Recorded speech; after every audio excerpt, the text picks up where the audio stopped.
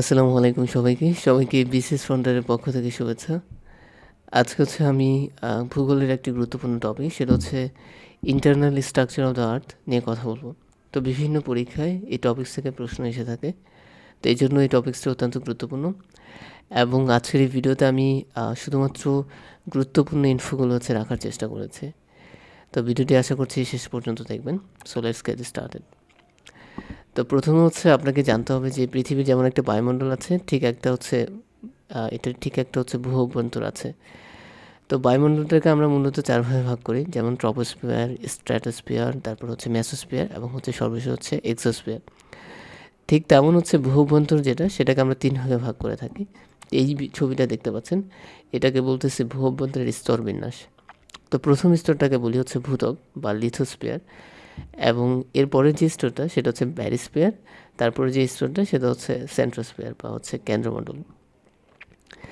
তো যারা হচ্ছে জানেন যে পৃথিবীর কেন্দ্রে হচ্ছে অভিকর্ষজ ত্বরণের মান কত, তারা একটু হচ্ছে কমেন্ট সেকশানে হচ্ছে জানান।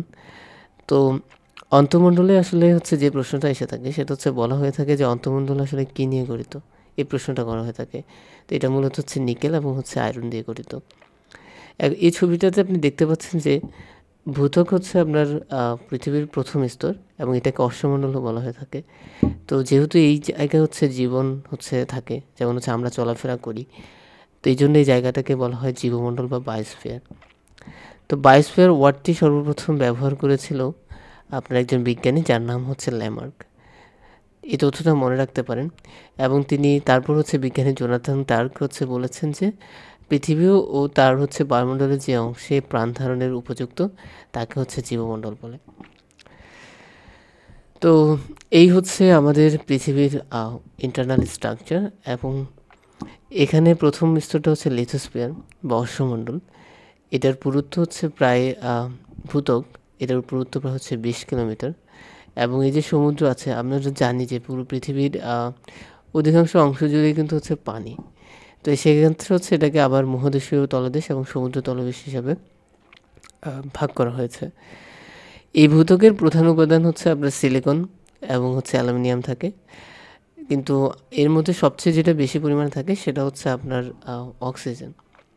ঠিক আছে, তো এই তথ্যটা আমাদের মনে রাখতে হবে, সেটা হচ্ছে অক্সিজেনটা হচ্ছে ভূত্বকে সবচেয়ে বেশি পরিমাণ থাকে এবং এটার প্রায় হচ্ছে 46.6%, আর সিলিকন হচ্ছে 27.7% এবং অ্যালুমিনিয়াম হচ্ছে 8.1%। তাছাড়া ম্যাগনেসিয়াম সবচেয়ে কম থাকে। তো এই তথ্যগুলো খুব ভালোভাবে মনে রাখতে হবে। তারপর যেটা সেটা হচ্ছে সীমা, এটা হচ্ছে মহাদেশীয় হচ্ছে সমুদ্র তলদেশের ভূত্বকের কথা বলা হয়েছে। এখানে অ্যালুমিনিয়ামের জায়গা হচ্ছে ম্যাগনেসিয়ামের পরিমাণটা বেশি। এখন একটা ইনফো আপনাকে মনে রাখতে হবে যে পৃথিবীর যত উপরে যাবেন আপনি দেখতে পাবেন যে টেম্পারেচারের কিন্তু একটা পরিবর্তন হয়, এবং নিচে দিয়ে গেলেও ঠিক টেম্পারেচার একটা পরিবর্তন হয়। প্রতি 1 কিলোমিটারে হচ্ছে আপনার 30 ডিগ্রি সেলসিয়াস হচ্ছে টেম্পারেচার হচ্ছে বৃদ্ধি পায়।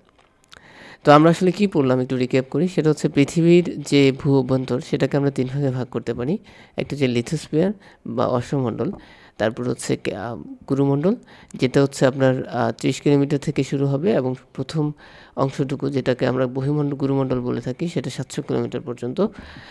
এবং এরপরের যে গুরুমণ্ডল সেটা হচ্ছে অন্তঃগুরুমণ্ডল, যেটা 700 কিলোমিটার থেকে শুরু হয়ে প্রায় হচ্ছে 2900 কিলোমিটার পর্যন্ত। তারপরে যে সর্বশেষ অংশ সেটা হচ্ছে কেন্দ্রমণ্ডল, যেটা নিকেল এবং হচ্ছে আয়ন দ্বারা হচ্ছে গঠিত। আচ্ছা, তো প্রতি 1 কিলোমিটার জন্য হচ্ছে 30 ডিগ্রি সেলসিয়াস হচ্ছে তাপমাত্রা বৃদ্ধি পায় এবং কেন্দ্রমণ্ডলের তাপমাত্রা প্রায় 3000 থেকে 5000 ডিগ্রি সেলসিয়াস হয়ে থাকে। তো সূর্যের সারফেসে টেম্পারেচার কত, যারা জানেন একটু হচ্ছে কমেন্ট সেকশনে জানান, এই তথ্যটা হচ্ছে ইম্পর্টেন্ট। তো আমরা একটু দেখি যে আসলে গুরুমণ্ডলের ব্যাপারে হচ্ছে কী লেখা আছে এখানে। তো গুরুমণ্ডলটা আসলে ব্যাসাল শিলা দ্বারা গঠিত এবং দুভাবে বিভক্ত, একটা হচ্ছে ঊর্ধ্ব গুরুমণ্ডল এবং পরেরটা হচ্ছে নিম্ন গুরুমণ্ডল। তো ঊর্ধ্ব গুরুমণ্ডল হচ্ছে আপনার 700 কিলোমিটার পর্যন্ত বিস্তৃত এবং হচ্ছে নিম্ন গুরুমণ্ডলটা হচ্ছে 700 থেকে 885 কিলোমিটার পর্যন্ত বিস্তৃত। এর প্রধান উপাদান হচ্ছে সিলিকা, ম্যাগনেসিয়াম এবং হচ্ছে কার্বন এবং লোহা। তো প্রশ্ন আসতে পারে যে এটার হচ্ছে বিস্তৃতিটা নিয়ে হচ্ছে একটা প্রশ্ন আসতে পারে, তাছাড়া এটির গঠন নিয়ে প্রশ্ন আসতে পারে। এটি ব্যাসল্ট শিলা দিয়ে গঠিত, এটা খুব ভালোভাবে মনে রাখবেন। ঠিক আছে, তো ব্যারিস্পিয়ার থেকে আপনি ব্যাসল্ট এভাবে মনে রাখতে পারেন, ব্যারিস্পিয়ার ব্যাসল্ট। ঠিক আছে, তো ব্যাসল্ট শিলা কি এটা নিয়ে আমরা কথা বলবো, শিলা ও খনিজ নিয়ে আমাদের আলোচনা থাকবে। আজকের এই ভিডিওতে। এরপর কেন্দ্রমণ্ডল দেখতে পাচ্ছেন, এটা সেন্ট্রোস্ফিয়ার, যেটা হচ্ছে প্রায়, যার পুরুত্ব হচ্ছে 3486 কিলোমিটার, এবং এখানে টেম্পারেচার কত হয় সেটা অলরেডি বলেছি, 3000 থেকে 5000 ডিগ্রি সেলসিয়াস, পৃথিবীর আয়তনের 16 ভাগ। তো এখানে কিছু প্রশ্ন দেওয়া আছে, আপনারা দেখতে পারেন। সেটা হচ্ছে পৃথিবী তৈরির প্রধান উপাদান হচ্ছে আপনার সিলিকন, এবং পৃথিবীর মণ্ডল তিনটির নাম হচ্ছে অশ্বমণ্ডল, গুরুমণ্ডল এবং হচ্ছে কেন্দ্রমণ্ডল।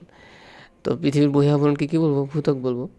তারপর হচ্ছে এরপর আমাদের কাছে যে টপিক্সটি আছে সেটা হচ্ছে পৃথিবীর হচ্ছে শিলা এবং হচ্ছে খনিজ সম্পর্কিত একটি টপিক্স। এখানে আপনি দেখতে পাচ্ছেন এটা হচ্ছে বাংলাদেশের মানচিত্র, ঠিক আছে?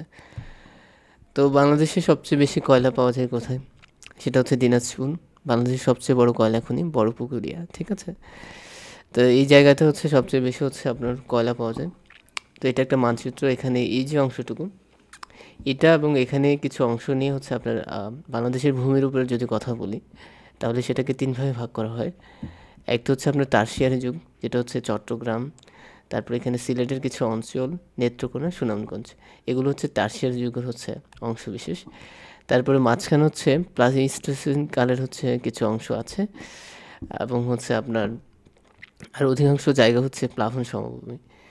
তো এই মানচিত্রটা রেখেছে এখানে আপনাদেরকে একটা বিষয় বোঝানোর জন্য, সেটা হচ্ছে এই যে কয়লার কথা বললাম, এই কয়লাটা হচ্ছে এক ধরনের শিলা, এটাকে বলা হয় পাললিক শিলা।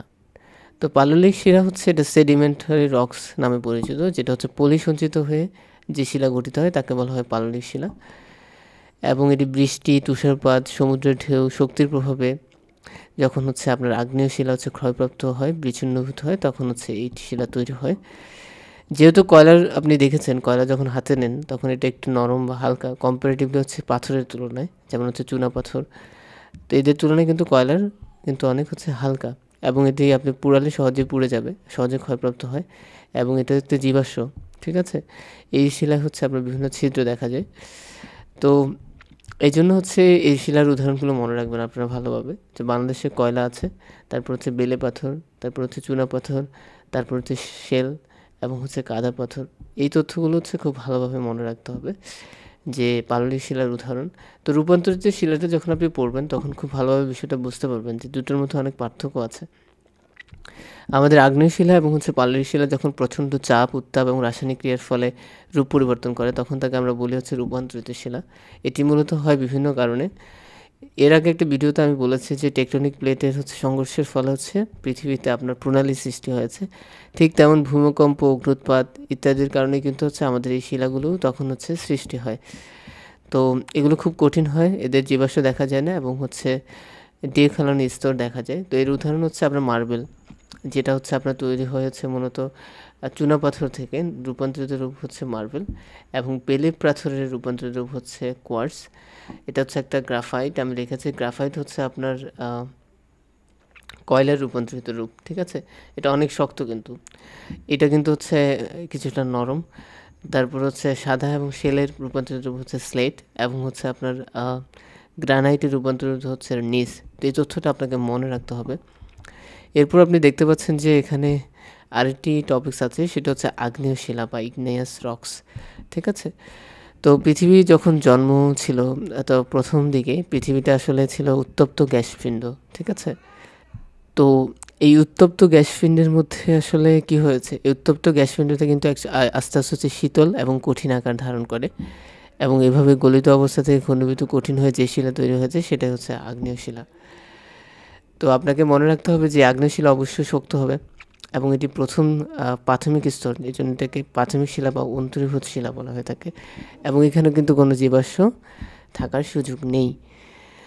তো এই শিলার কিছু বৈশিষ্ট্য আছে, এটা অনেক ভারী হয়, এবং হচ্ছে আপনার জীবাশ্ম দেখা যায় না, কঠিন এবং কম ভঙ্গুর হয়, তারপর অন্তরীভূত স্ফটিকাকার। এই তথ্যটি আপনাকে মনে রাখতে হবে। তো উদাহরণ হচ্ছে এটা দুইটা ধরন আছে।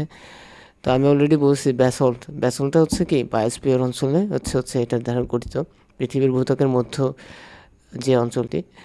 তো এই ব্যাসল্ট হচ্ছে একটা বহিস্থ আগ্নেয় শিলা, যেটা হচ্ছে আপনার ওই যে আমাদের যে ইয়াগুলো আছে, যে অগ্ন্যুৎপাতগুলো হয়, সেখান থেকে কিন্তু সামান্য কিছু বের হয়ে কিন্তু এই আপনার মেনলি ব্যাসল্ট এই ধরনের হচ্ছে শিলা তৈরি হয়েছে।